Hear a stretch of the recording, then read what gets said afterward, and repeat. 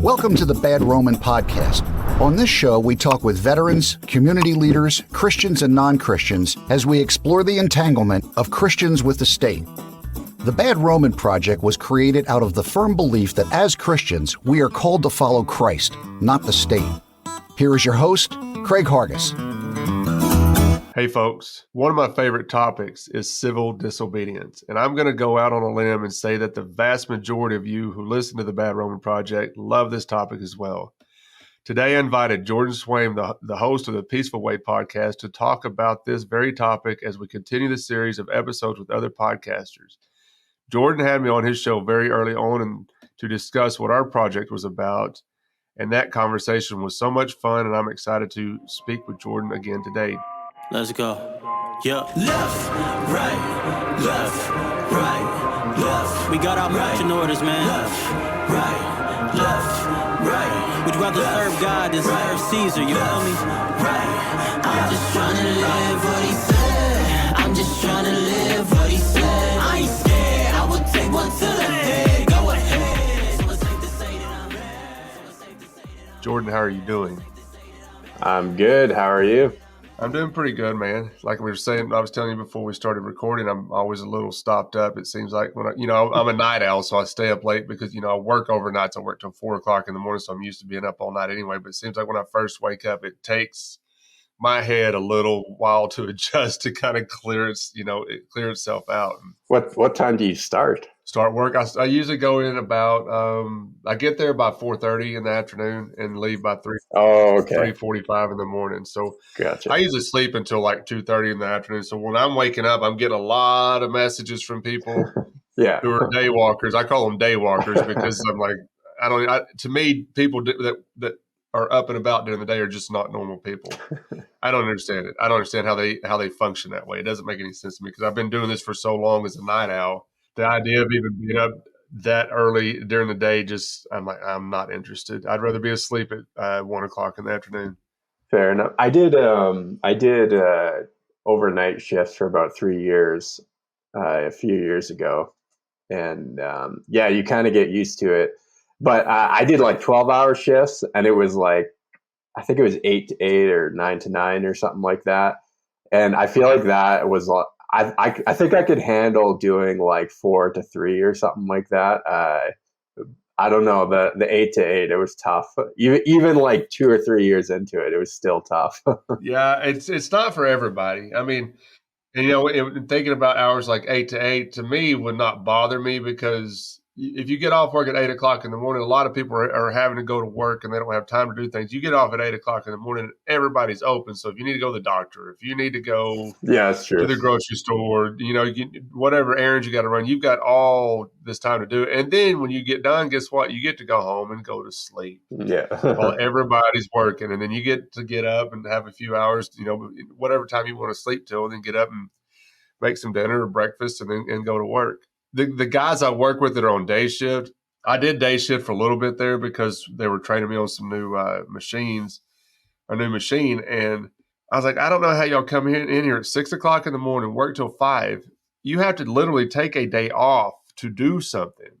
Because right now we're so busy, we're working 5, 6, 7 days a week. We get a weekend normally during the summer, but right now we don't get a weekend for the most part. And so if they need to do anything, they have to take a day off. Yeah.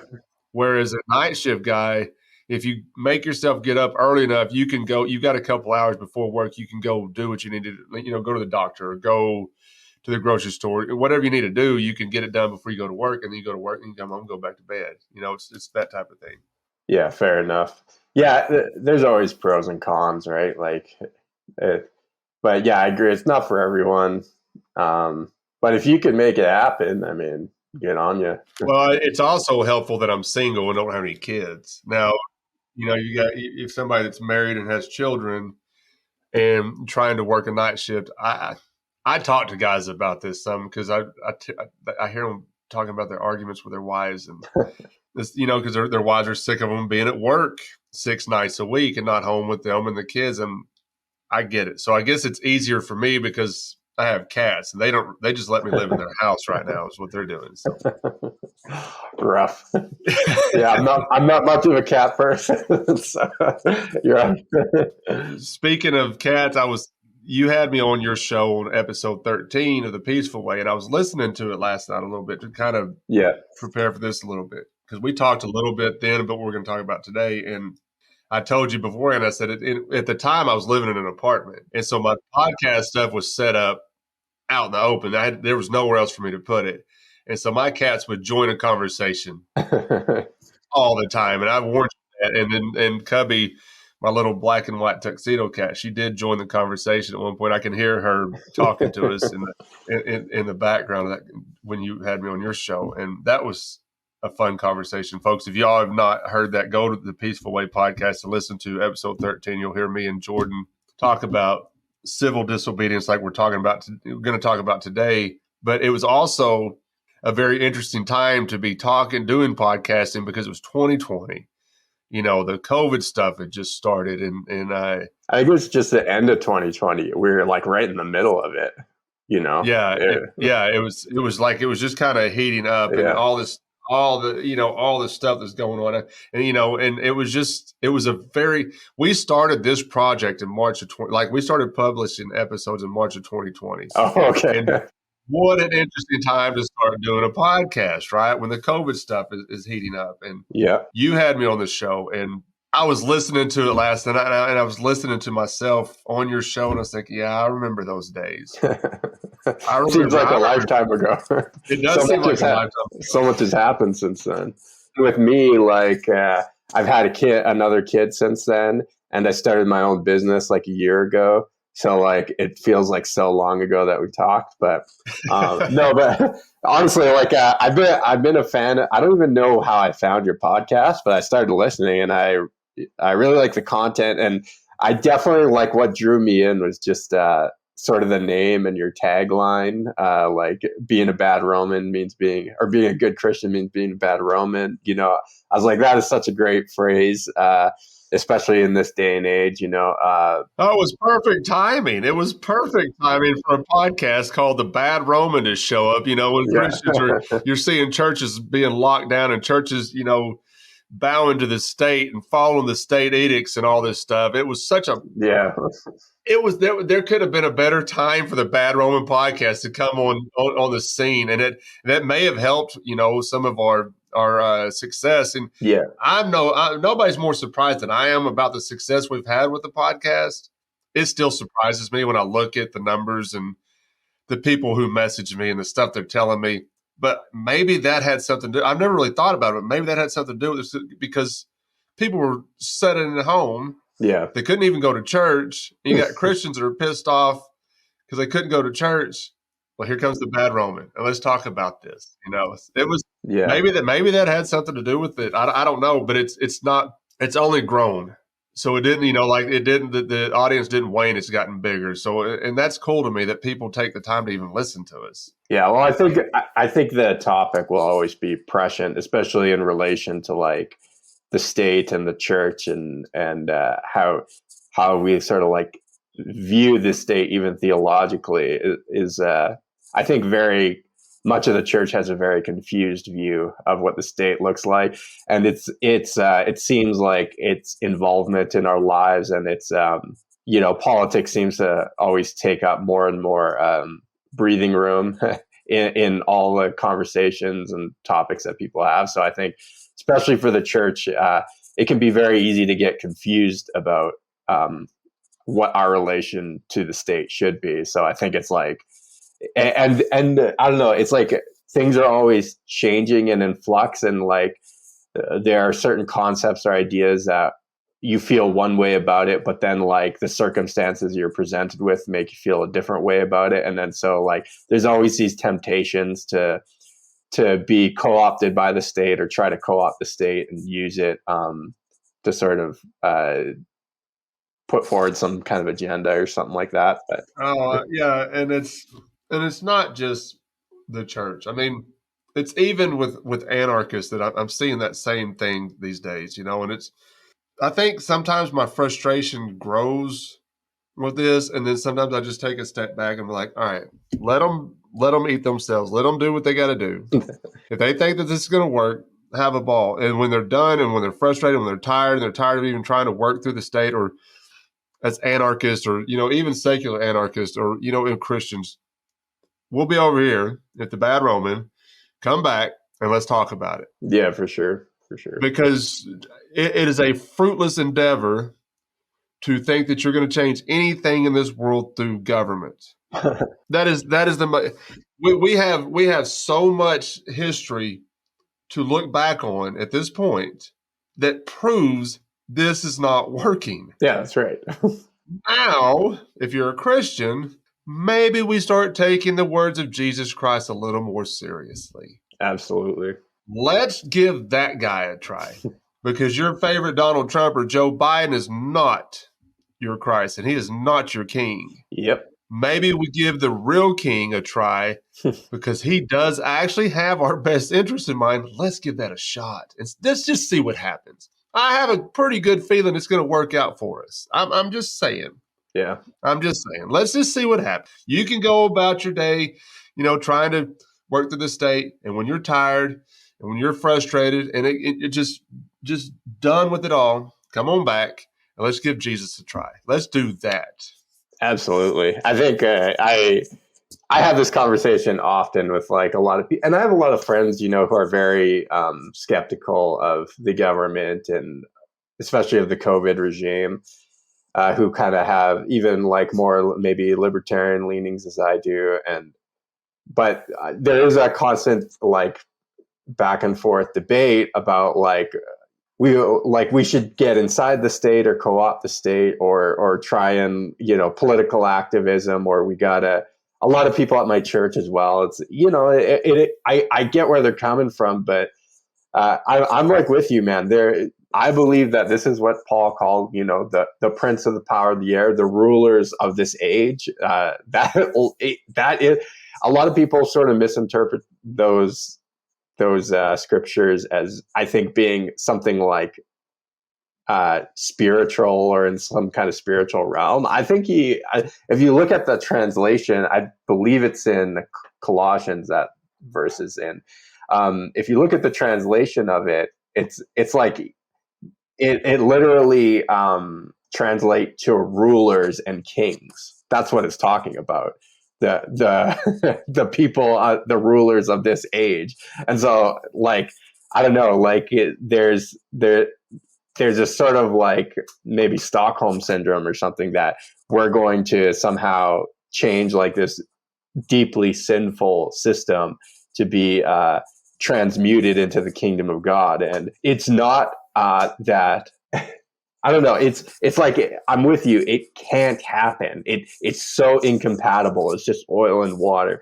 I think like the kingdom of God, we're building a parallel society, a parallel kingdom that is on one hand it's a mirror, on another hand it's like or it's a mirror to the state. On the other hand, it's it's sort of like a prophetic indictment of the state. And I think that when people think that co-opting the state or using the state, or if we just vote hard enough, we'll get the kingdom of God, it can't happen. And I don't believe that there's a theological justification even that it's going to happen.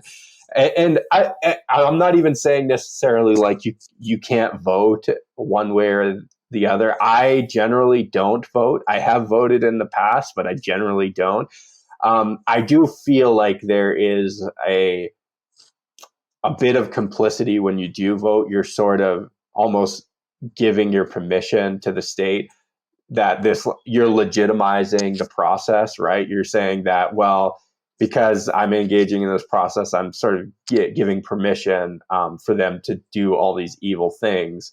And I would say, maybe we need to just like pull our participation altogether. The thing that the state feeds on is not like, it is not, well, I would say the thing that it feeds on is the fact that we participate in it at all. If we rage against it and criticize it, I mean, which I do a lot, but if it becomes like our all-consuming thing to get involved in or way to bring about like social change, then that actually helps. That sort of like feeds the beast, if you will. Like it legitimizes it. It says that these processes are just and legitimate, and we should engage in it. And I don't know. I'm pretty skeptical of that. I'm not saying I couldn't be convinced, but I'm pretty skeptical. No one's given me like a strong, convincing argument that like Christian participation in the government or politics is even justifiable in any sense. But well, you're almost where I'm at. Come on, keep coming, keep going, because you're being very nice about it, and I'm very brash about it. I mean, you're saying the same thing I do, but I just take it a little step further, where I believe that voting is a sin. But this is where I'm at. Okay. I'm not sure I'm all that way, but let me hear what your justification is. Well, okay, and during the Jay Newman episode, we talked about this a little bit. And I've been talking to people about this privately. Now, I try not to run. I don't run out and say, "Hey, you're sinning if you go to the voting booth." I don't do that anymore. Yeah. All right. So this is just where Craig's at with it right now. Because if we take the scripture of 1 Samuel 8 very seriously, when Samuel was distressed when the Israelites were demanding a king, God told Samuel, they didn't reject you, they're rejecting me.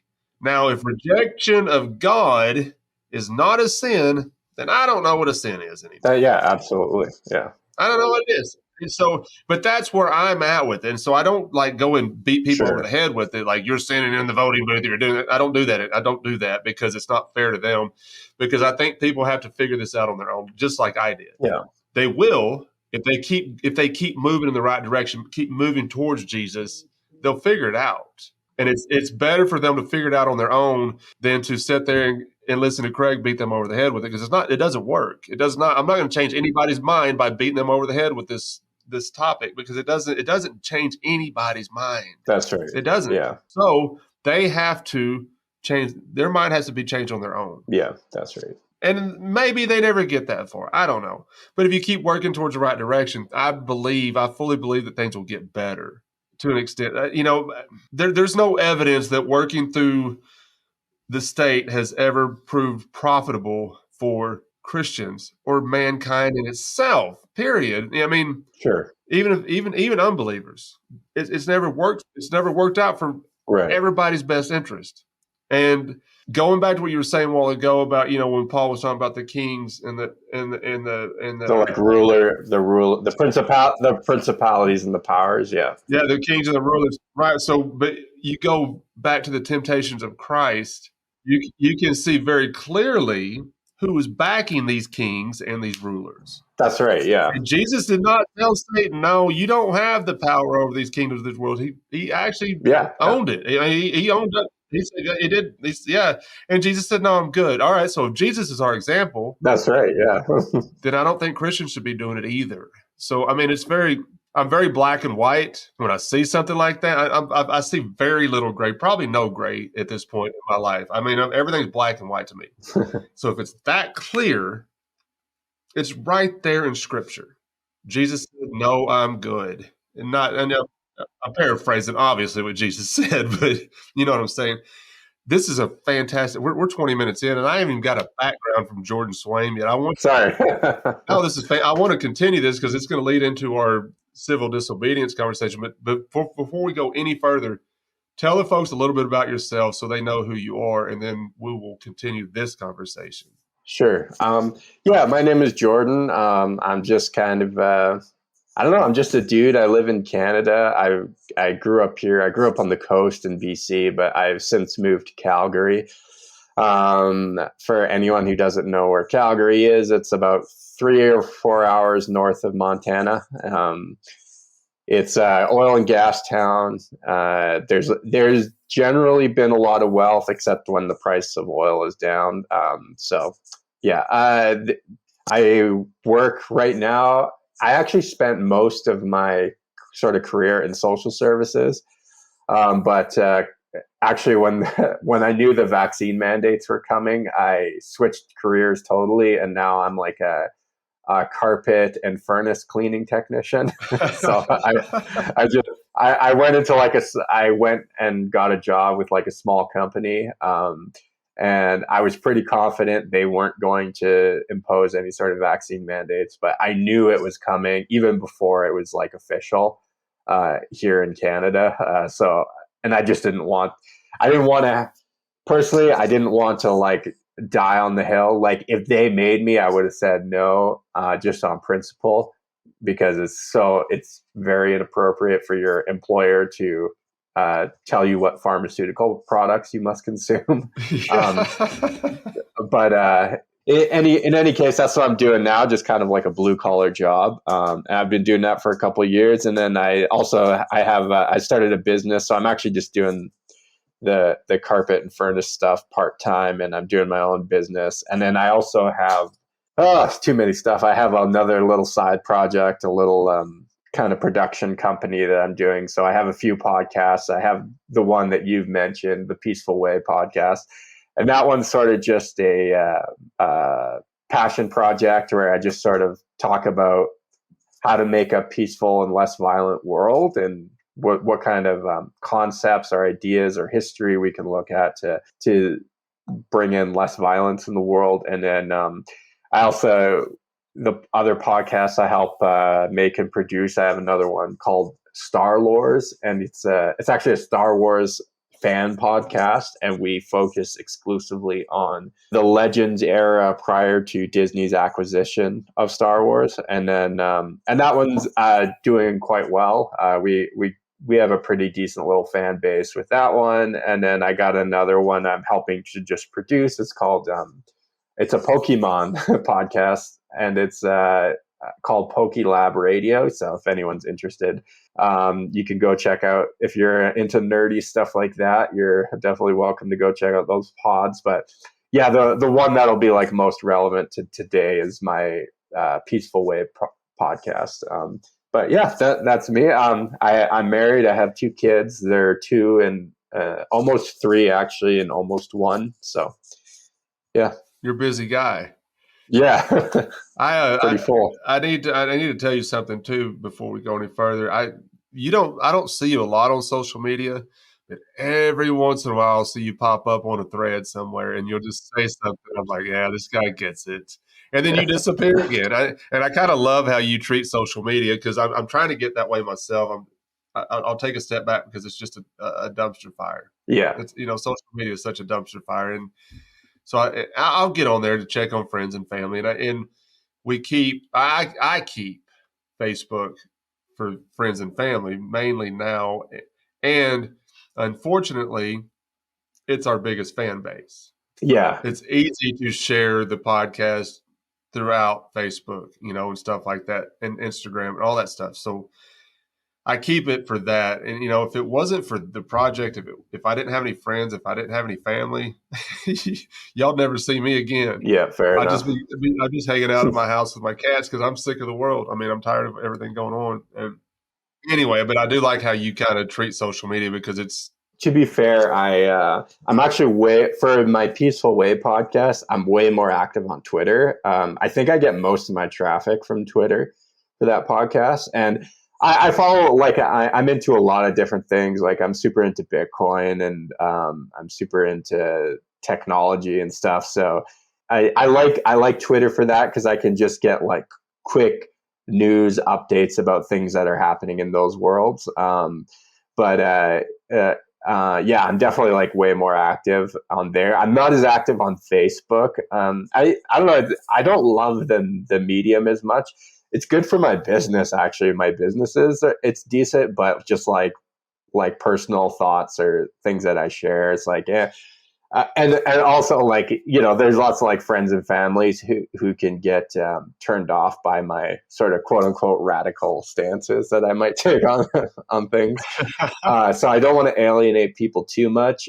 But at the same time, there is, like, during COVID, I was posting quite a bit about like lockdown skepticism and vaccine mandate skepticism.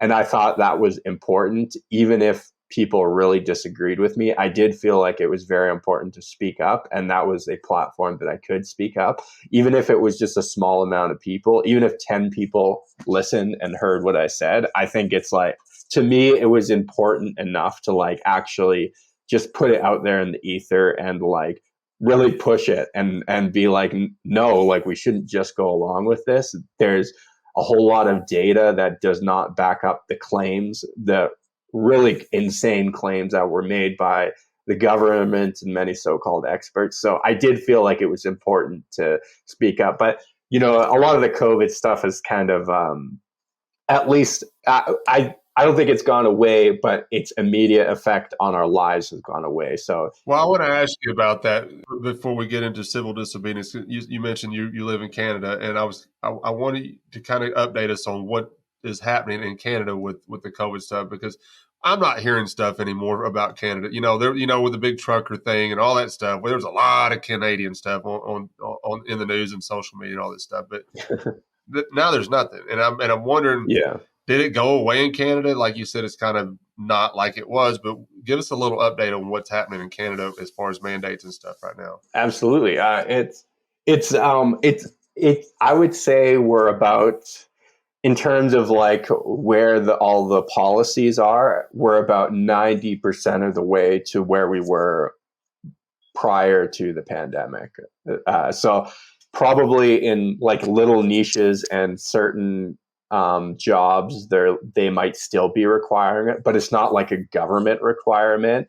But the government has told a lot of businesses you can require vaccines if you so choose, but we're just not putting it into law anymore. So like, and like there's no especially where I am in our province, Alberta, it was like one of the first to open up more so than others. And it is a more like kind of conservative, right-leaning province than definitely the rest of Canada. But don't like misunderstand that. Like we're very, relative to probably like US politics, it's very centrist. So, but it was like this province and our neighboring province, Saskatchewan, were probably like the first to open up about a year ago.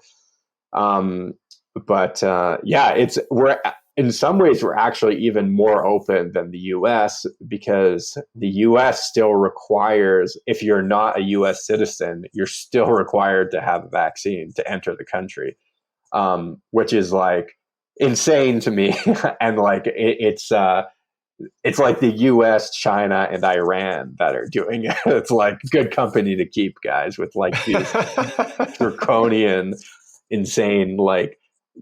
And it's not even just the draconianness, it's just like useless. It's like, yeah, the virus is here, bud. Like, I don't know if you knew that, but like you're not going to stop the virus from coming in because you have a cross-border vaccine mandate for. Anyways, I don't want to get too lost in that, but Canada has there are zero restrictions to entering Canada, except they did just recently add testing requirements for Chinese citizens, because there's, I guess, a pretty substantially large outbreak in China. Again, because they did ridiculous lockdowns for so long, and now they're having a surge of cases. And that was completely inevitable. There was no way they weren't going to have that, because you cannot lock down forever. It so happens. Anyways, yeah, it's really things. I want to say, like, things. Do not underestimate like what happened with the Freedom Convoy, or the trucker protests, however you refer to it as, last year. It had a significant impact. Certainly by the time, well, I'll give a little background if people don't know. What happened is that we were still like, it was the end of 21, and we were still in pretty substantial restrictions all across the board. And the government kept bringing more restrictions, despite the fact we had a strain of the virus that was significantly less lethal that was spreading around. And despite the fact that it was evading the vaccine even better than previous strains of this virus, right? So it just, against all common sense, the government sort of at the end or beginning of last year brought in a cross-border trucker vaccine mandate. So long haul truckers had to be vaccinated in order to cross the border. Again, which makes absolutely no sense. My dad is a trucker. I understand the industry a little bit. You barely come in contact with people. And when you do, it's not even like very close, or it's usually outside or something. So the rationale and justification was just like completely absurd. And there was no rhyme or reason to it. It was just the government. Up to that point, every time the government brought in a restriction, it did really well in their poll numbers. And that's the Trudeau government. So what was happening is they would bring in all these restrictions, and everyone would, clap and say, "Oh yes, we need this. We need these restrictions so bad," and it would do good for their poll numbers. So they were just finding any restriction they could bring in to boost their poll numbers. But Trudeau called an election like during the summer of 21. And what happened with that election is nothing changed really after the election. He had roughly the same number of seats that he had before the election. And he thought he was going to get a majority government in the parliament.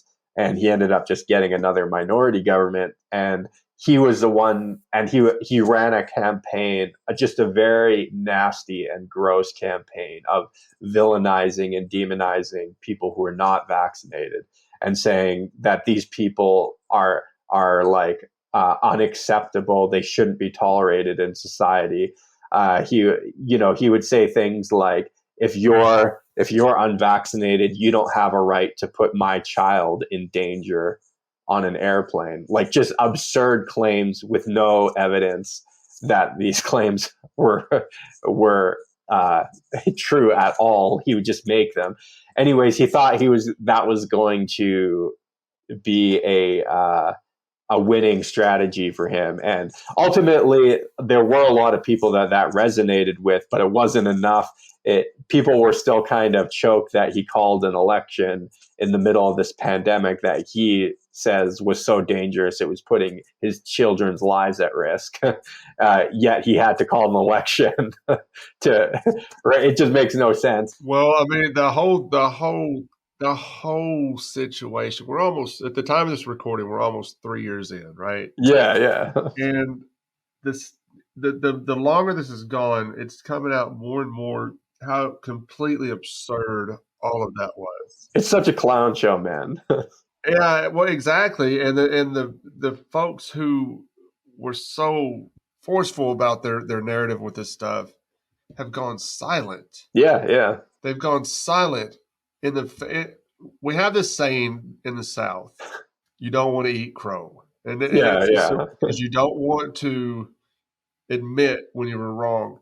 I have way more respect for folks who will stand up and say, "You know what? I got that wrong." Yeah, totally.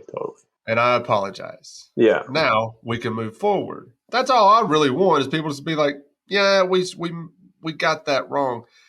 And I don't necessarily want to get into this today, but and I feel like I'd be doing a disservice if I didn't mention this. But I had some folks who came through Memphis and they stayed with me for the weekend or for the night as for work and stuff. Anyway, we were talking about some of this stuff. She told me, she goes, "We're seeing things start to happen with these folks that have been vaccinated. It's not across the board, but we're seeing things happen. People are dropping dead, unexpectedly." And the fact, like we saw the guy on the football field the other night, right? Yeah, DeMar Hamlin. Yeah, normal hit. I mean, I've seen these hits 1,000 times. I've been watching football since I was a baby. We've seen these hits. Yep. And I'm not saying it was the vaccine that caused him to pass out, but I think people ought to start thinking about this a little bit, because how you can see this happening over and over and over and over now and be like, "No, it wasn't the vaccine. It's something else." Come on. Yeah. Let's think about this for a second, because there's something happening that is not normal. This is not a normal everyday. They played off, well, the environment can cause you to have a sudden heart attack, and all this garbage that they put out there to try to placate what is going on. And I'm like, come on. You want to grab people by their shirt collar and say, look, you just grab them by their face and say, look over here. Yeah. Do you see this? This is not normal. And I'm not going to be that guy that says, yes, it's all vaccine stuff. I see it. And that's another reason I've tried to step back from social media, because since that happened on Monday night, I see all this stuff on my feed. Yeah. And I'm like, I'm not engaging that. I'm not engaging that. I'm not engaging that. I've seen a lot of people engaging it. I'm like, hang on, maybe it was a freak thing, maybe. But that's not just one instance. This is happening a lot lately. And I think people really need to start paying attention to this at some point. And, the vast majority of the listeners to this podcast understand that. Maybe. I don't know. I don't know everybody that listens. There's thousands of people that listen to this podcast. So I don't know for sure how everybody feels about it. But we have to maybe start thinking about this a little bit, just a little bit. Yeah, I think absolutely certainly the efficacy of this vaccine was significantly underperformed and was a huge disappointment. And actually, to be totally frank, in like mid 2020 or October, roughly November 2020, I was actually hopeful that the vaccine was going to be, safe and effective as the TM, right? I was hopeful that it was going to be everything they said it was. And just as time has gone on, it clearly hasn't been.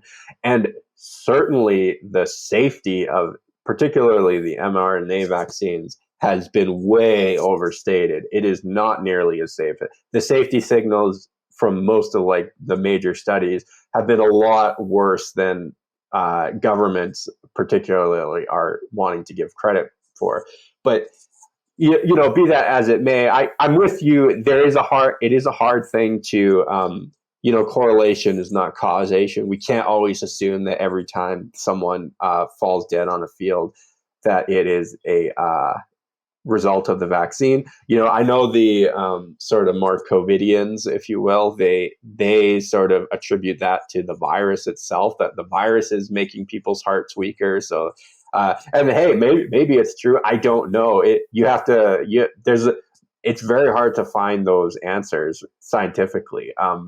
What I would say is there's definitely something happening. And actually, if people want to check out a guy named Ed Dowd, he just released a book, pretty interesting stuff. I've just listened to him on a couple podcasts, but he has compiled all the data on like the excess deaths in 21 and 22, and it does not look good, especially for younger people.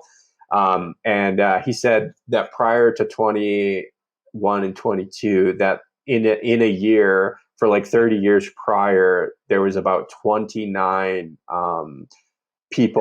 athletes per year who would collapse on the field. That was the data they had. And he said like in 21 and 22, you'd be lucky to have a month with less than that. So there's something serious. Is it the vaccine? I don't know.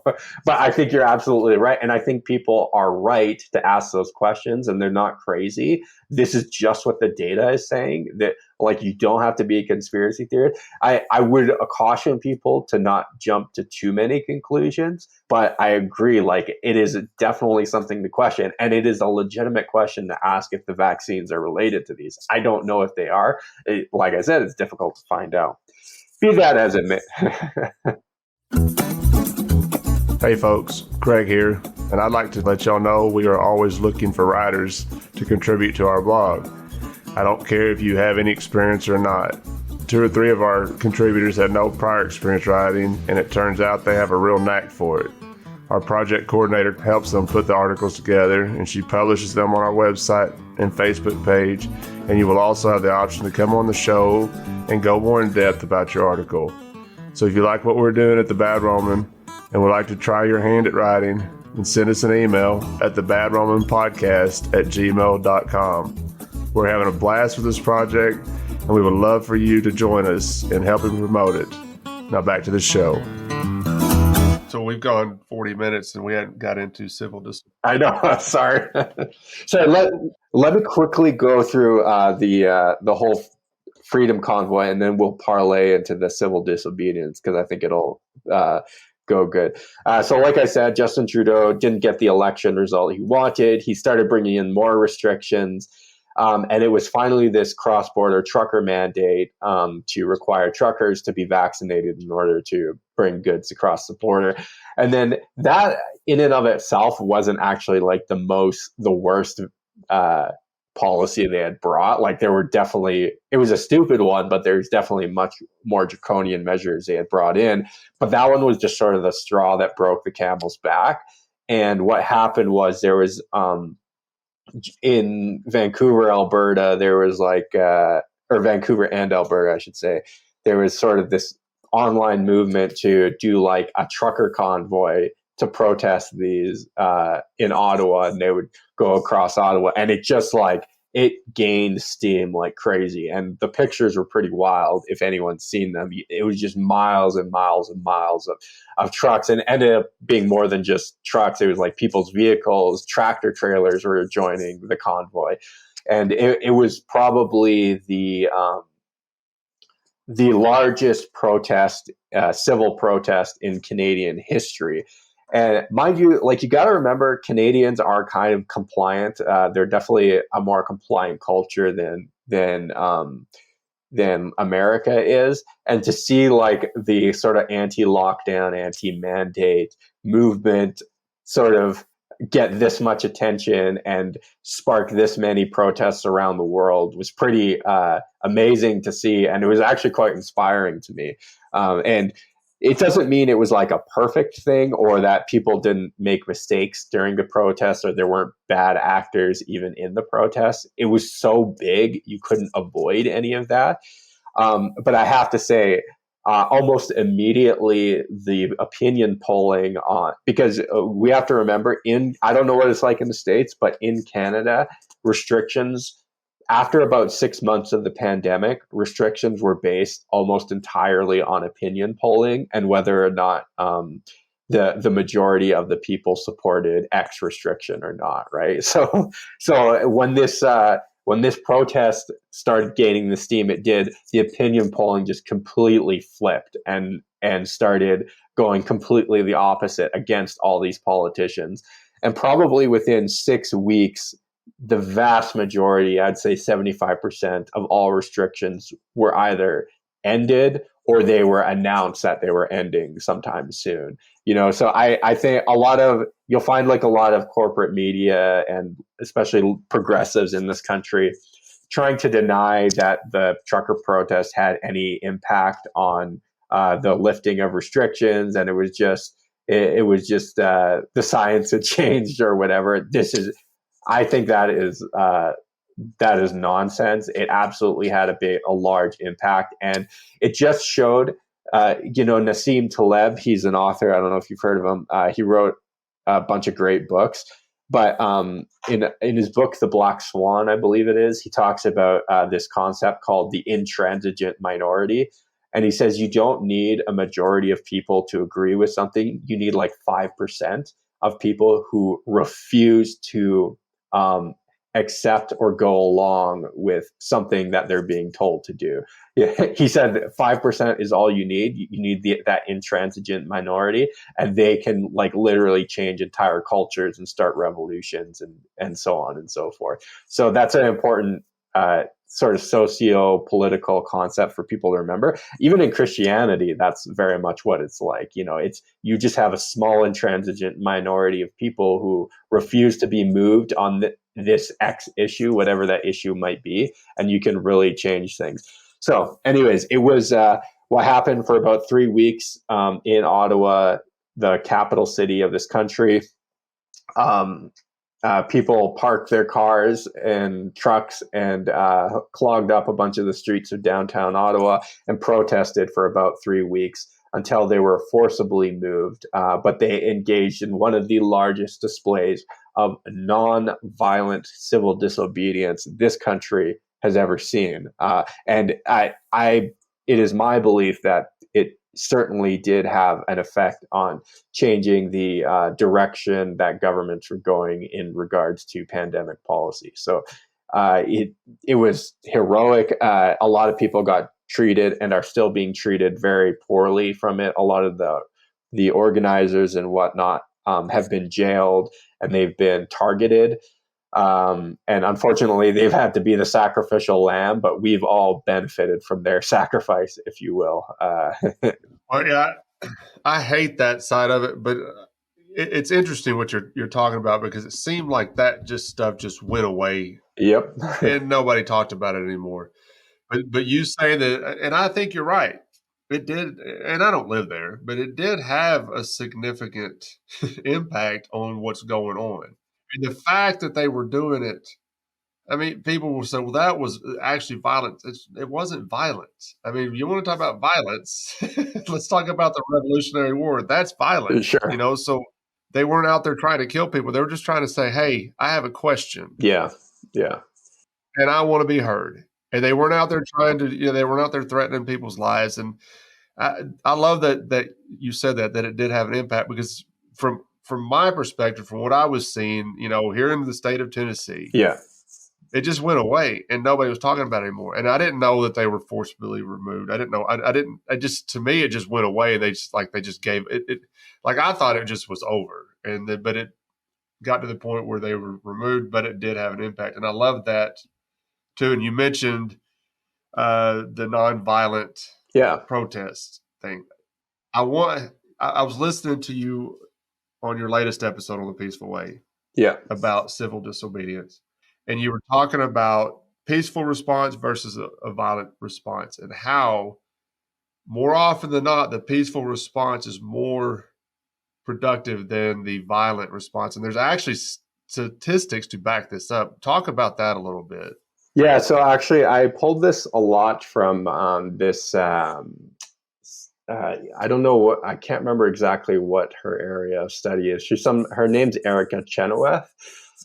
She's quite a progressive, to be clear, but I think she has a lot of really good work. And she wrote a book called Why Civil Resistance Works. And she just went over like the last 100 years of civil disobedience movements, civil resistance movements. And basically show, like, the data is pretty clear that the ones that were nonviolent, the ones that chose to not shoot guns and not fight back with violence, were the ones statistically had more success. Whereas often in violent revolutions and violent overthrows of government, what you end up having is often someone who's even worse than than what they just opposed. And I think, like, some clear examples is like the Russian Revolution. The czars of Russia they were awful. Like, if you go back in history and read the kind of stuff they did, they were really, really terrible. The Leninist, Stalinist regimes just made the czars look like child's play. It was so evil and terrible what the Russian Revolution brought in. And there's a lot of revolutions like that throughout history that have shown that, like when we do this, America funded and armed the uprisings in Syria and Libya, and they are far worse off than what was there before, and it is, people need to be very careful. And I think I know, like, a lot of, like, I describe myself not as an anarchist, but as a voluntarist. And I know that they're like the same technically. On a technical level, it's true, they're the same.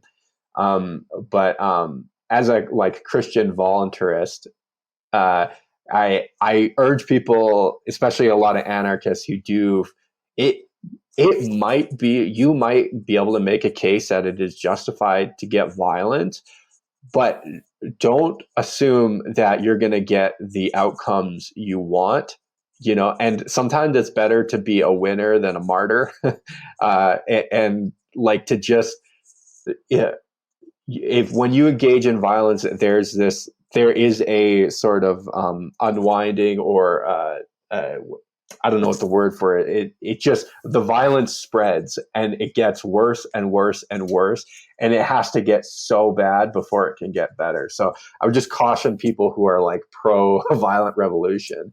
Well, I see this all the time so much lately too. Well, not just lately. I see it so much online talking about wanting to take up arms. And I don't know if these people are waking up to their awful situation all of a sudden. And their first thought is, we got to go take back the government, and take up arms and all this stuff.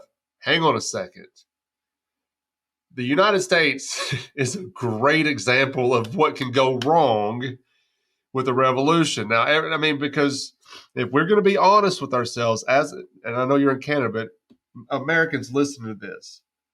The folks back then were better off with the King of England than they are now with Joe Biden as president. What has happened along the way since that revolution has gotten far worse. It's not gotten any better. Yeah. And to think that you're going to go and take over the government with your guns, and we're going to go kill people and take back our government, here's the problem. There's somebody still standing there at the end with a sword in their hand. Yeah. Ruling over you. That's the problem. I don't care if they had good intentions. The problem is they don't have the right to rule over me at all. That's right. At all. Period. And there's always somebody there with a weapon in their hand trying to rule over you at the end of the day. At the end of the day, there's somebody there with a weapon in their hand going to rule over you. And we got to go the other direction. I would say that even if you have some sympathy to the cause of some revolution, there's a lot of revolutions that I look back, and even current ones that have happened that are violent, where I legitimately have some sympathy to the revolutionaries because they're living under really oppressive conditions. And I have some sympathy for that.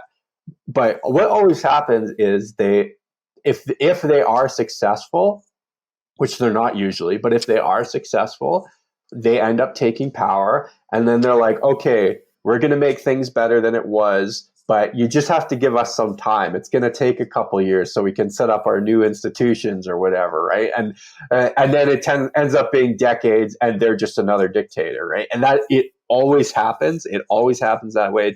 I would say, perhaps the American Revolution is one of the in the immediate aftermath of I'm not talking about now, but in the immediate aftermath of the American Revolution, it seemed that things probably got somewhat better, but that is rare. That doesn't usually happen, and don't assume that it will happen in future revolutions.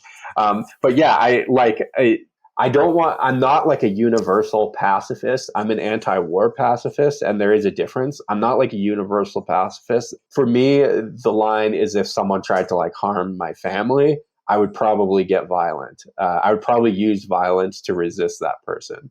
But with that being said, violence is way too ubiquitous in our society, and our entire system is propped up through a threat of violence, right? It's through, if you don't do what we tell you to do, the men with guns are coming and they're going to make you do it, right? And that's just it at the end of the day, period, end of story.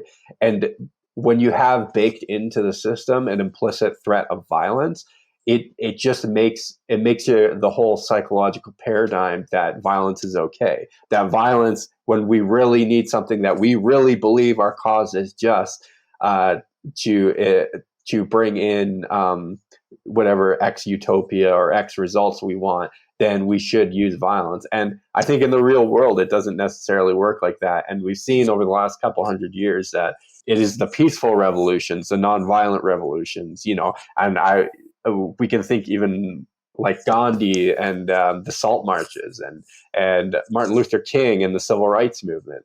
Even look at Martin Luther King versus Malcolm X, right? Like the followers of Malcolm X ultimately were not that successful because they were a lot more violent. And the followers of Martin Luther King were a lot more peaceful.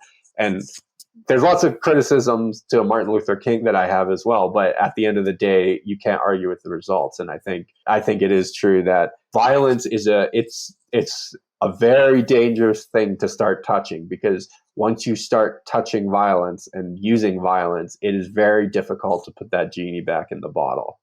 Well, I was sitting here listening to you talk, and I got a couple things going through my head listening to you. I'm glad you mentioned Martin Luther King and Gandhi, because a lot of folks, well, not a lot, but when you bring up what they did, there's like, well, Gandhi was a child molester. I don't know if he was or not. I've heard something about that. He probably was, and he was also a racist too. Okay, well then Martin Luther King, he cheated on his wife. Okay, yeah, he was infidelity. Yeah, so you're telling me that these people were not perfect human beings. All the point is, let's get back to the point. They were not violently resisting the government. That's right. Martin Luther King was adamant about not using force against the police officers who were using force against them. He was adamant about it. That's right. Yeah. And it worked. It worked. Yeah. Regardless of whatever he did behind the scenes. I don't know. I don't care. But the point is this is what happened, and it's proof positive that you can resist the government civilly without force, and you're going to make a change. Absolutely. And it reminds me of this I don't know if you're familiar with Tupac. I'm a big fan of Tupac. Yeah, somewhat familiar. He said something one time in an interview, and I love this so much. I had my social media guy make a meme about it. But he said the police are gangsters. The National Guard is a gang. The government is a gang. He goes, we learned how to be gangsters because they're gangsters. Yeah, you learn from the best. And then it's like, yeah. So, and then you think about like the mafia, when JFK and his brother was trying to eliminate the mafia. Yeah. They were just eliminating competition. That's all they were doing. Yeah. Because the United States government is the mafia, and so anyway, but let's get back to Martin Luther King and Gandhi. What they did, and even Rosa Parks. Yeah. I love talking about Rosa Parks. I love talking. No, I'm good. No, it's just no. I'm not moving. I'm already setting where you told me I had to be setting. Yeah. And then you're trying to move me. No, that's right. Yeah. Well, we'll have to call the police. Well, you may, but I'm not moving. And it's when you go back to like Romans 13. Submit to governing authorities and all this stuff. Well, she didn't obey these ridiculous laws. That's right, yeah. But she did submit non-violently, and guess what? She won the hearts and minds of millions of people. That's right. And it changed people's mind about what's going on. No, I don't think I'm going to move today. Yeah. And I was listening to I mentioned your episode, your latest episode, and you were talking about Gandhi and I don't know this story about him being moved in the back of a train or something. I don't know this whole story, but I heard you mention it in the show, and it kind of reminded me of the Rosa Parks thing a little bit. It was very similar to Rosa Parks, because that's sort of like where he kind of became an activist, because he was a lawyer in South Africa. And South Africa, like a lot of people don't realize, actually a lot of the Southern African countries, there's a lot of Indians there. And I think that was just a holdover from sort of the British Empire, and because India was part of the British Empire, so they sort of they brought in a lot of Indian immigrants. But Indians were not treated very well in South Africa, and there was an instance where Gandhi, he was a lawyer, and he had like a first class ticket on a train. And he was told to move to the back, and he finally, just because he had kind of got fed up with how he was being treated in South Africa, and then he finally they kicked him off the train, and then it was like from there he started sort of more developing his whole philosophy around nonviolent civil disobedience, which he called satyagraha, which is like a sort of Hindu word, but that's kind of like the beginnings of it, and it just takes one act of civil disobedience. His initial act of civil disobedience by refusing to move to the back of the train wasn't that public. Like, it was just a personal experience he had, and he sort of said that it colored his view of the world, and he wanted to like stop this. And there was also like when he was in trial or in court, he wasn't allowed to wear his turban and stuff like that, right? So, and they legitimately treated Indians in South Africa pretty poorly. And you know, I know there's a lot of detractors. You sort of mentioned Gandhi and like the pedophilia stuff, which I think there's probably something to that.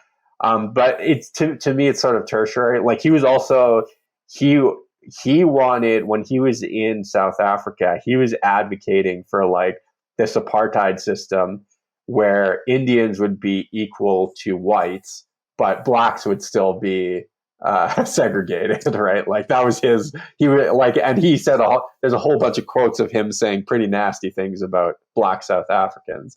So like this guy, he was nowhere near what I would call perfect, but like the impact he left and his importance as like nonviolent civil resistor, and just the tactic, particularly using the tactic of nonviolent civil disobedience, of how effective it can be.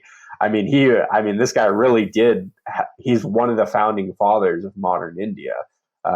He really did help lead the Indians to independence. And he was also, which is another funny thing about him, is he was like almost like an ultra nationalist, like an ultra Indian nationalist, and he's sort of like loved by a lot of progressives these days, and I think rightly so. But they don't really realize this guy would be considered pretty right wing compared to I need to put a disclaimer out there right now. This is not me and Jordan supporting pedophilia or racism either. Yeah, exactly. Just so everybody knows, we're not supporting pedophilia or racism. No, of course. Like, I'm just saying these people are complicated, and you can't get too hung up on the cult of personality that they had around them. Well, I mean, and just the bad things they did, okay, that does not change the impact they had when it came to saying, I don't think I will today. I don't think I'm going to be your slave today. Yeah. And I think ultimately, especially in like the information age, the social media age, like what's one of the things that helped Martin Luther King so much in the civil rights movement? Because he had the support of white Americans, right? And how did he get that support? Well, there were pictures on like the news of black people sitting down with their legs crossed, completely peaceful, and getting hosed by government thugs, you know, with like a high pressure hose that can injure you and kill you.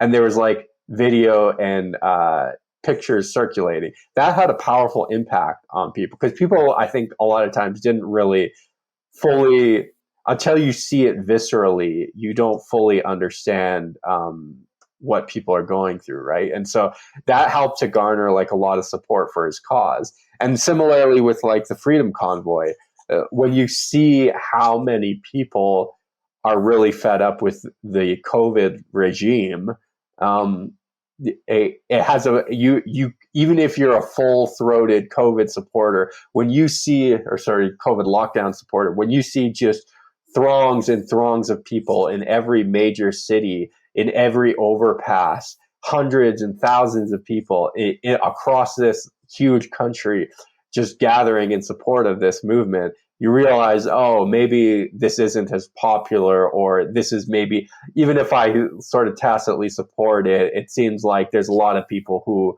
it's a really big problem for them. So maybe we should just tone it down a little bit. We don't have to be so draconian about our enthusiasm of lockdowns and whatnot, you know? Well, and I think I don't remember if I mentioned this specifically when you had me on your show, but I said it over and over very early on. I said, at some point, people are going to get sick of this. Yeah. They're going to get sick of this, and they're going to be like, I'm not sitting at home anymore. I got to go earn a paycheck because I got a family to feed. Absolutely. I'm not doing this anymore. And then finally, and like when I saw the trucker thing going on, I was like, yes. Yep. Because, you know, everybody wants to pretend that America is the freest country in the world. Horseshit. I call bullshit on that, because I live here and I saw so many people cowering down and not even doing what these folks were doing in Canada. You know, Americans make fun of Canadians because they're so oppressed and they just let it happen. Well, hang on a second. They're doing something about it up there, and you're sitting on your couch not doing anything.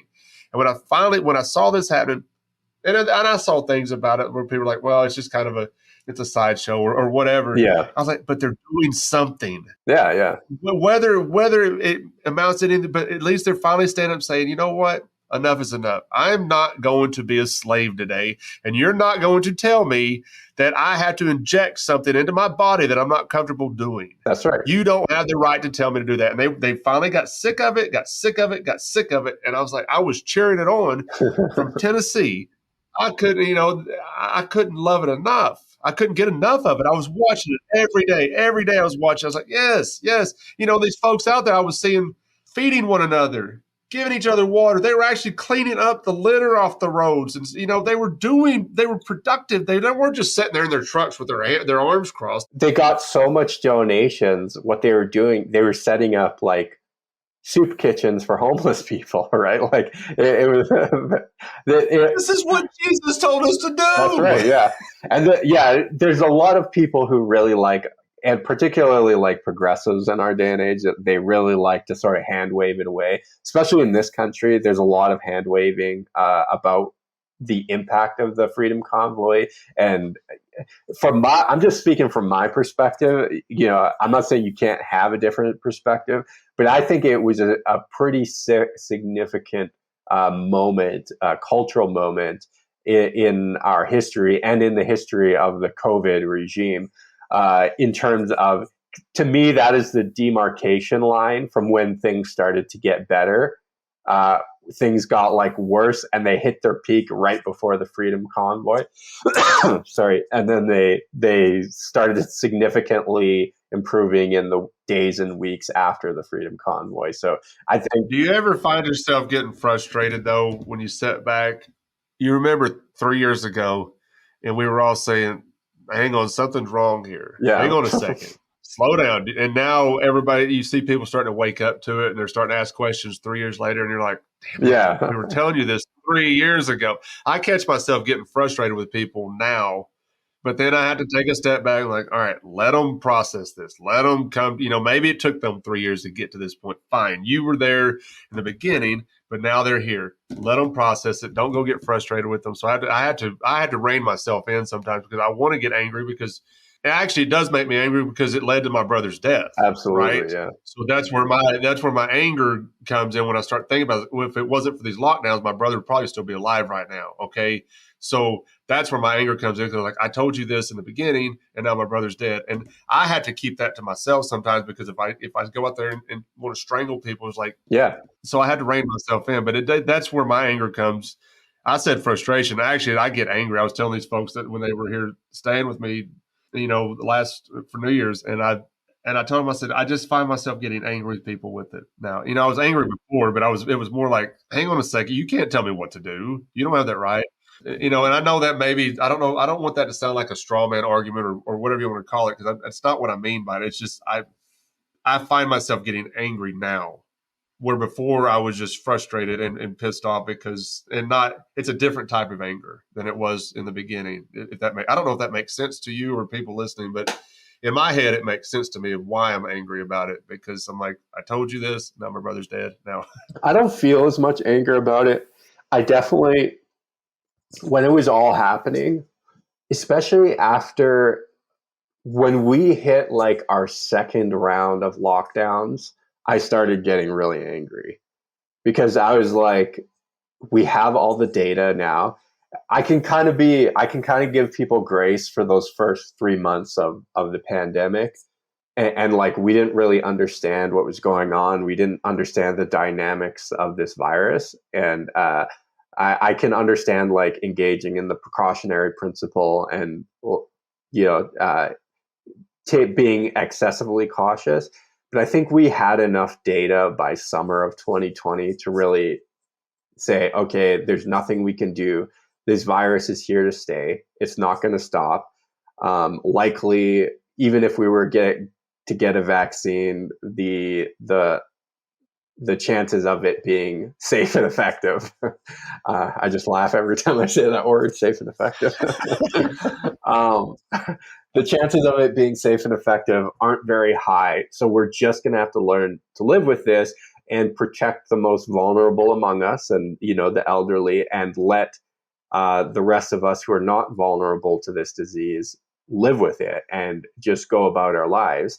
And the data to me was so clear. And I think to a lot of people, even a lot of experts, it was clear. But the hysteria around it was so intense and so detached and unhinged that it made me so angry that like people were just falling for it, and even like rational, smart people that I think can understand these things, but I don't know, they can't get off the 6 o'clock news or whatever. And well, it was such a weird, it was just so strange. It was like living in a movie. I know. Yeah. We watch these weird movies, like that would never happen. And then we would live through it. And I'm like, what the hell is going on right now? I remember being at the grocery store and you hear the announcements over stuff. And it was the same thing you would hear in a movie. It was just I was like, this is so strange. Yeah. Yeah. So strange. Why are we not recognizing just how strange this is?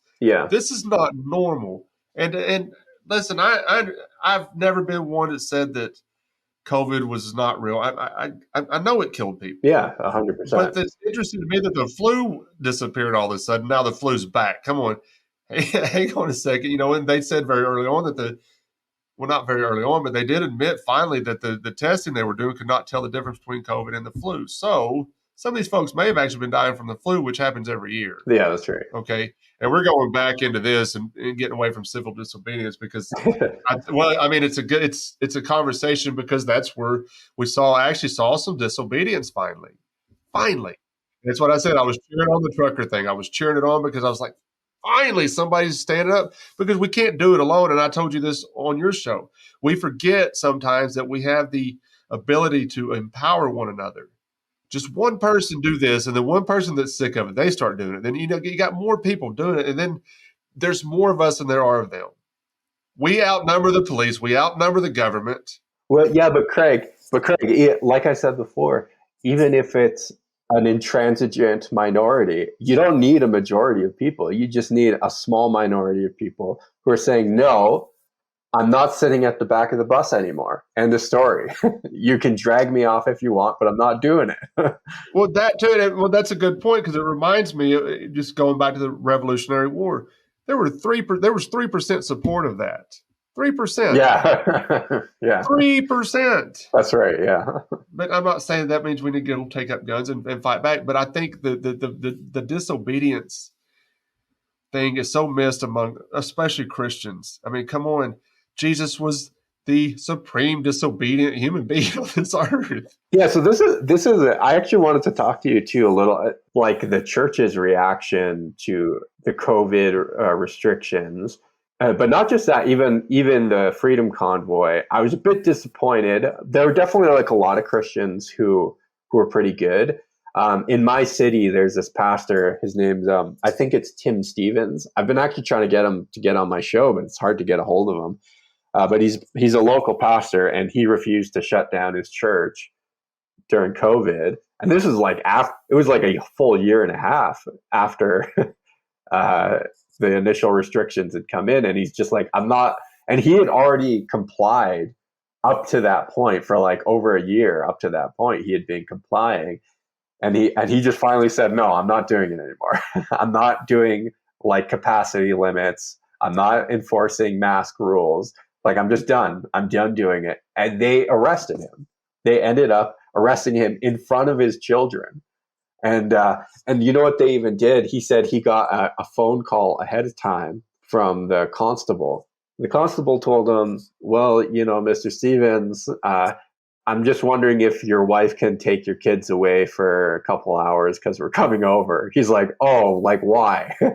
He's like, well, because we're going to arrest you. He's like, no, if you're going to arrest me, come and do it in front of my kids. Like, don't be a coward. Like, if you actually are going to do this, let's do this. And they ended up doing it. And it was like all over the news and stuff. But to me, this guy's heroic. And even though he probably complied for way too long, he decided what his line was in the sand, and I think I kind of touched on that in my episode about civil disobedience too. Like, you don't have to be as radical as Craig and I, but you should think about at what point is the government going to, what rules or policies or things are they going to do that you're just going to say, no, I'm not participating in that anymore? Like, you should decide that, because if you don't at least think about it and think deeply about that, at some point in your lifetime, there's a good possibility that they are going to push you and push you and push you, and you will do things that you didn't think you were capable of, or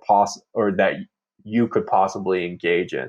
And don't think that like we're Christians, we believe in like sin and fallen man, and like we're fallen people, and the depths of depravity that we can go are pretty deep. And if we don't are constantly checking our hearts and taking inventory of where we're at, powerful people can push you to do things that you at one point in your life would say are completely wrong. You know what I mean?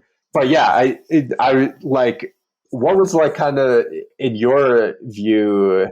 I know you kind of talked to like a lot of Christian leaders and stuff on your podcast. Like, what was your thoughts on the Christian church's response to the COVID stuff? I was completely disappointed in their response to it. I mean, not so much the folks that I've had on the show, but by and large, the church's response to it was very disappointing to me, because we're supposed to be separate from that.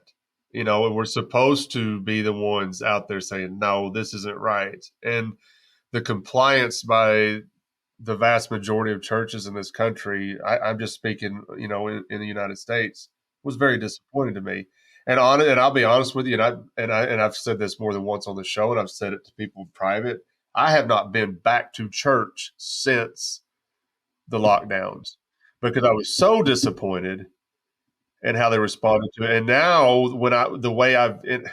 this gets me in trouble with a lot of Christians too, but the way I view church these days, and this is a guy you might want to talk to on your show. His name's Derek Creed. He's got a podcast, The Fourth Way, and I had him on. We haven't released yet as of today, but he kind of asked me something similar, and I told him, I said, I've never really thought about it until right now when we were talking. I said, but I view the modern church right now the same way I view the state. I don't see a lot of difference, and that gets me in trouble with Christians. But it's, like I said earlier, everything's so black and white to me. I don't see a lot of gray. When I go to church and I can't sit in a pew without judging what's going on, and I don't want to be that guy. I would rather sit it on a Zoom call with some folks. That'll be my church. Yeah. Some like-minded people understand what's going on. They understand what's going on. We can talk about Jesus. We can talk about what's going on in this world without complying, So no, I haven't been back. Not to say that I will never go back. I've actually went and visited I was curious about the Orthodox Church, and went and visited with a priest in Memphis, because they claim to be able to trace their history all the way back to the early church. And the early church, I've said over and over, is so fascinating to me. That's one of my biggest things about this project, is relying on the writings of the early church, But the more I studied Orthodoxy, and I've got a friend, Paul Perriall, and he's in that tradition. And I told him, I said, I cannot get past their entanglement with Constantine. When they were putting the Bible together and they were getting permit, basically Constantine made the Bible, or made Christianity legal. No. And I said, I can't get past it. And he goes, you were right not to. He goes, I struggle with that as well. I said all that to say this: I would love to be a part of a church community, making friends and working towards this. The problem is, when I step in, I can't walk out my front door without seeing a Baptist church. And I'll never step foot in a Baptist church again. Nothing against my Baptist folks. I love y'all. Yeah, fair enough. But what I saw go down in Baptist churches, I know what's still going down. I still talk to these folks outside, so it's a strange situation. As a Christian, I'm not against going to church. I just don't want to go, because I don't trust it. I don't trust modern church, and that's not fair. It's not fair to me as a Christian. I don't think to build. It's not because I don't want to go. Yeah, I would love to. I just don't trust it. Yeah, because I see it too much like I see the state. And that's not being fair to every church, because I've talked to plenty of pastors, and I know they're good people, and they were doing the right thing during the COVID stuff. I get it. Here's the thing. They're not in Memphis. They're not out my front door. I can't drive 2 or 3 hours to go to church on a Sunday. So in the area I'm at right now, and maybe I'm not looking hard enough, I would love to, the Anabaptists are so interesting to me because they seem to have got it right when it comes to the state. Yeah. And there's one about an hour away from me. It's, it's not something I can do in a 15-minute drive. It'd take me an hour to go see them and an hour back.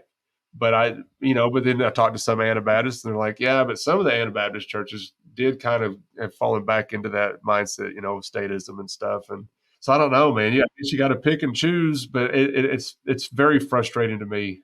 I know that's probably not the most clear answer that you're wanting, but it's just, I haven't been back since the COVID lockdowns, and I'm not really interested. To me, having a conversation with Jordan on a podcast, or having a conversation, we do Zoom meetings once a month out of our discussion group. To me, that's my church. That's my assembly. When Jesus said, where 2 or 3 are gathered in my name, I will also be there. I don't need a big building with a steeple. And I just saw a thread, speaking of this, I saw a thread a couple of days ago, and it's still going on. I finally commented on last night, but it was these people, I don't need church, I just need God. People are insufferable to me. And I'm like, I don't know. I kind of get it. I kind of get what this person's saying. I mean, church is going to mean a lot of different things to a lot of different people. Yeah, but sorry, don't you think that what you have with your bad Roman community, is that not church? I believe so. Yeah, to me, it seems like it's church enough. I mean, right, and I think exactly, and I that's how I view it. And but when you explain that to your every Sunday morning, Sunday night, Wednesday night churchgoer, they're like, "No, you're not doing Christianity right." Yeah, I'm like, I don't know, man. These folks were in the early church were actually just running around to each other's houses. Yeah, 100%. I think one of the traps, a lot of the people who are Christians who are not involved in institutional church, I think the only caution I'd ever give them, I don't actually think it's wrong. I've talked to people like you have who think, no, you need to be involved in a church. But why? Why do you need to be involved in the church? Well, you need a fellowship to help you grow spiritually, or to keep you accountable, and to make sure you're not walking off the deep end theologically, and things of that nature. Okay, so as long as you have, to me, you need, if you want to call it a spiritual community, and not a church, that's much more egalitarian and doesn't necessarily have a strict hierarchy. If you want to call it whatever you want, just make sure you have some sort of Christian community around you that you're participating with. To me, that is sufficient. And that's kind of what I have with my church. It's more the community and the people I'm connected with that is the reason I'm part of it, not necessarily because of I agree with every theological position they take, or agree with how they operate a service on a Sunday, or yada yada, or the worship all the time.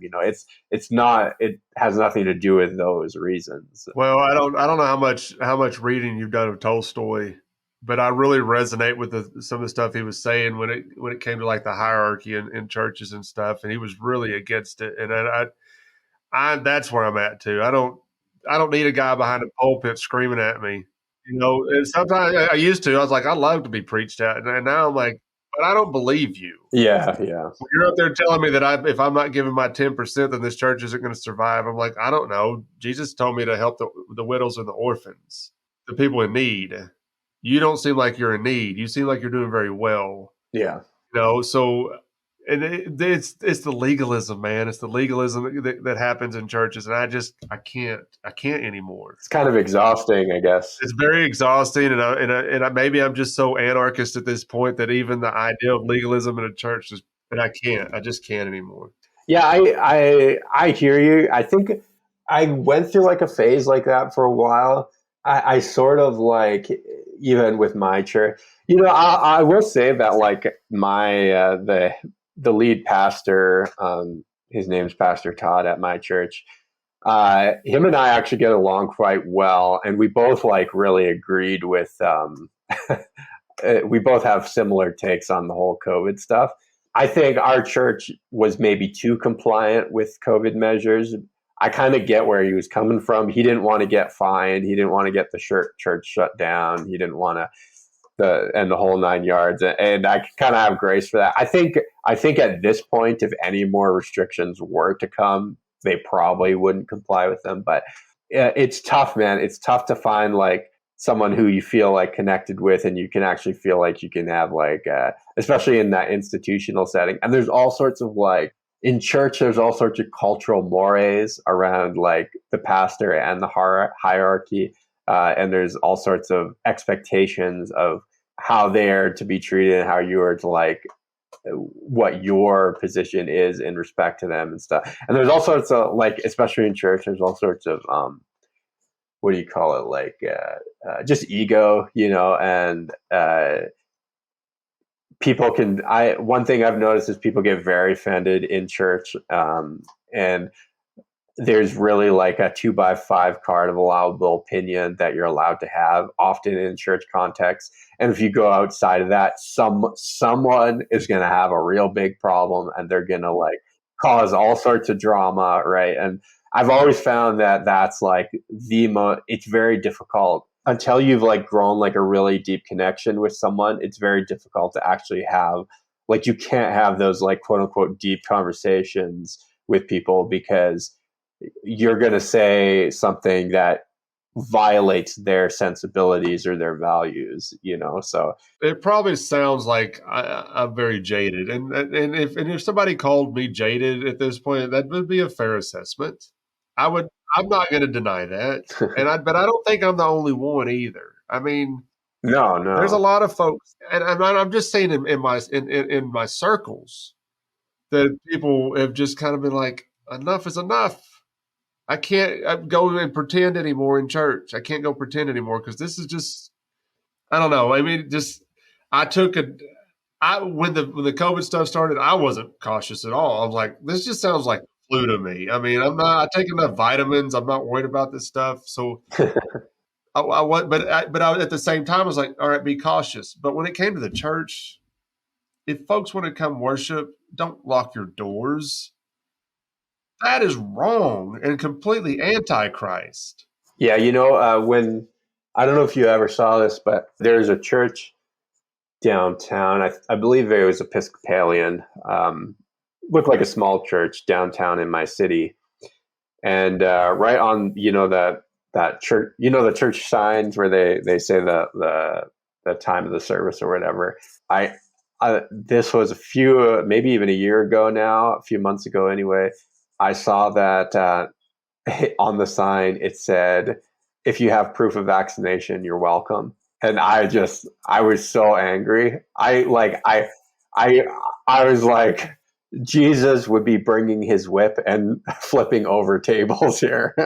I was like, this is like, you turned my father's house into a den of thieves. Yeah, that's right. Yeah.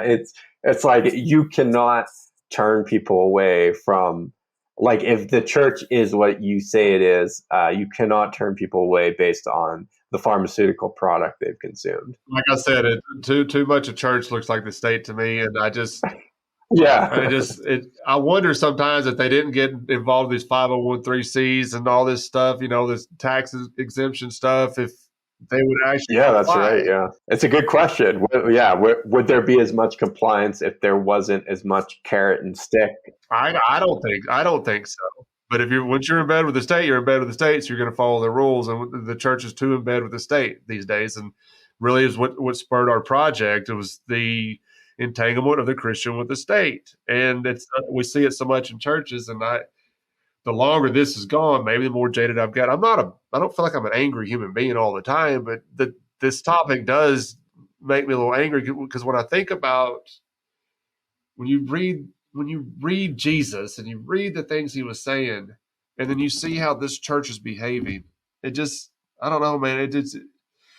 they're confused why people are leaving the church in droves these days. Why? You shouldn't be confused. You're causing this. You're causing these people to leave. Yeah, for sure. Yeah, there needs to be like an amount of personal responsibility when it comes to that. And I have heard like the statistics actually. You're definitely not alone. A lot of the statistics, I don't have them on hand, but I've heard the amount of people returning to church after COVID, even with all the restrictions gone, is like there's way, way less people in most churches, you know. And yeah, yeah, yeah. They're jaded. They're like Craig. So, Yeah. but I get it. I get it. And we talk about it quite a bit on this show. And I've really enjoyed this conversation. But why don't you go ahead and plug all your stuff, whatever you want people to find, and tell us where to find your stuff, and then we'll get out of here and go about our day. Yeah, sure. You can find my podcast anywhere you listen to podcasts, The Peaceful Way. Just look that up in your podcatcher app. I'm also on YouTube. I'm not sure if I'm totally up to date on my YouTube, but otherwise you can also follow me on Twitter. If you look up Jordan Taylor on Twitter, or the handle is Way Peaceful. That was the only one I could get that was available to me, so I had to take that one. But if you even just look up The Peaceful Way, you should be able to find me somewhere on Twitter. But yeah, that's where I'm most active. If you want to like engage with it, you can friend me on Facebook if you want to, but I don't really do much on Facebook.